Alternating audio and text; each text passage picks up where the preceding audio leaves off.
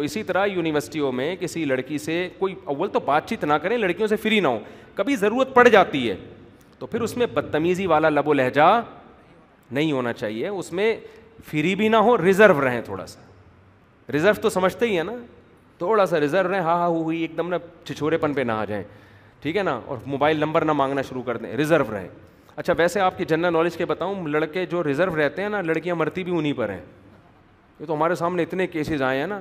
اندر ایک لڑکے نے مجھے بتایا, میں یونیورسٹی میں لڑکیوں سے بڑا ریزرو رہتا ہوں, اور کہہ رہے صرف ٹوپی ڈرامہ ہے اور کچھ بھی نہیں ہے.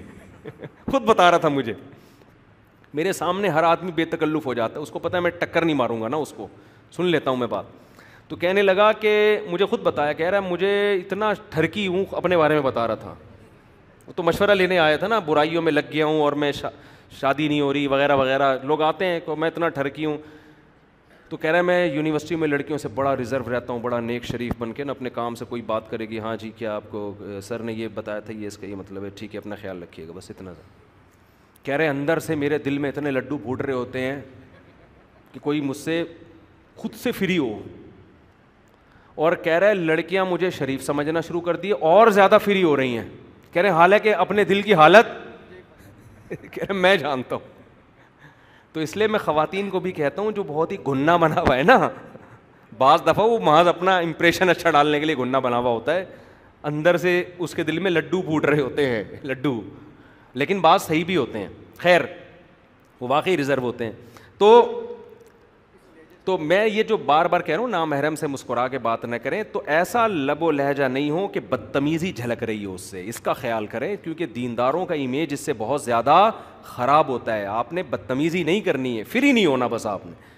تو اب میں اصل بات کر کے بس بیان ختم کرتا ہوں. تو ہماری مسکراہٹ چونکہ کس کے لیے, اللہ سے. اب آپ مجھے ایک بات بتاؤ, جب اللہ کے لیے مسکرانا ہے تو سب سے زیادہ کس کے ساتھ مسکرا کے بات کرنے کا ثواب ملتا ہے؟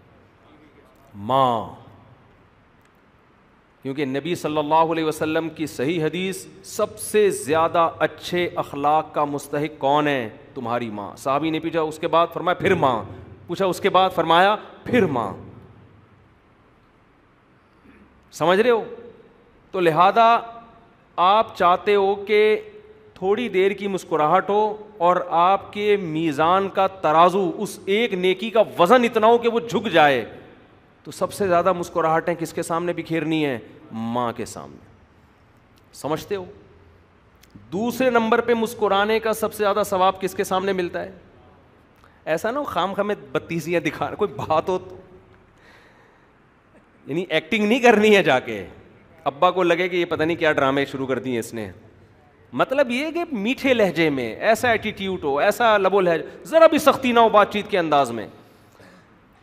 تو اگر آپ کی مسکراہٹ اللہ کے لیے ہے تو دوسرے نمبر پہ آپ سب سے زیادہ کس کے سامنے مسکرا کے بات کریں گے؟ ابا کے سامنے.